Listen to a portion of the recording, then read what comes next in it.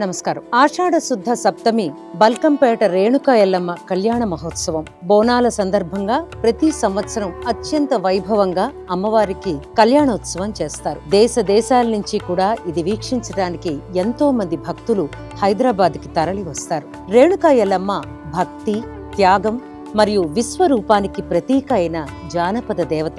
హిందూ పురాణాల ప్రకారం ఆమె సప్తఋషులలో ఒకరైన జమదగ్ని మహర్షి భార్య మరియు పరశురాముడి తల్లి. కష్టాల్లో ఉన్నవారిని, అణగారిన వర్గాలను కాపాడే తల్లిగా, జగదంబగా ఆమెను భక్తులు కొలుస్తారు.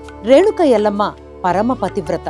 ఆమె ప్రతిరోజు నది నుండి మట్టితో కుండ చేసి తన పతిభక్తి యొక్క మహిమతో నీటిని తీసుకువచ్చేది. ఒకరోజు ఆమె నదిలో స్నానం చేస్తూ ఉండగా గంధర్వుల జలక్రీడలను చూసి మనస్సు చలించడంతో కుండను తయారు చేయటంలో ఏకాగ్రత కోల్పోయింది. దీంతో ఆమె శక్తి తగ్గి నీరు నిలవలేదు. కోపోద్రిక్తుడైన జమదగ్ని మహర్షి ఆమె తల్లి అని చూడకుండానే శిరస్సు ఖండించమని తన కుమారులను ఆదేశించాడు. మిగతా కుమారులు అందరూ కూడా నిరాకరించగా పరశురాముడు మాత్రం తండ్రి ఆజ్ఞ మేరకు తల్లి తలను నరికాడు. అదే సమయంలో తల్లిని రక్షించడానికి వచ్చిన ఒక మాతంగి స్త్రీని కూడా పరశురాముడు ఖండించాడు.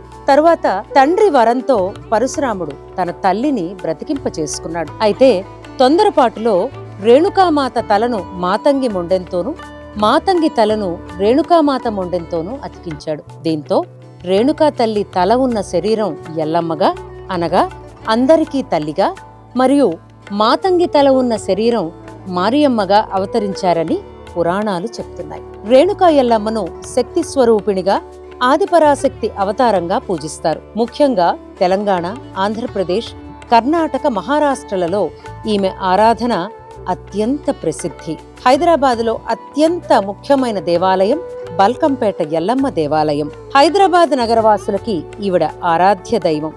సుమారు 7 శతాబ్దాల క్రితం ఒక రైతు బావి తవ్వుతూ ఉండగా అమ్మవారి విగ్రహం బయటపడిందని, గ్రామస్తులు ఆ విగ్రహాన్ని బయటకు తీసేందుకు ప్రయత్నించినా అది ఎంతకీ కదల్లేదని చెప్తారు. దీన్ని అమ్మవారి సంకల్పంగా భావించి అదే బావిలో ఆలయాన్ని ఏర్పాటు చేసి పూజలు ప్రారంభించారని స్థానిక విశ్వాసం. ప్రతి ఏడాది బోనాల ఉత్సవంగా ఆషాఢ శుద్ధ సప్తమి రోజున అమ్మవారికి కళ్యాణ మహోత్సవం అత్యంత వైభవంగా జరుగుతుంది. తెలంగాణ బల్కమ్మ ఎల్లమ్మలానే కర్ణాటకలో సౌందత్తి ఎల్లమ్మగుట్ట, మహారాష్ట్రలోని మాహూర్ క్షేత్రాలు ఎంతో ప్రసిద్ధి చెందినవి. ఎల్లమ్మను భవానీ, ఏకవీర, రేణుకాంబ అని పలు పేర్లతో పిలుస్తారు. ఇది ఈనాటి బల్కంపేట రేణుకా అమ్మ తల్లి విశేషాలు.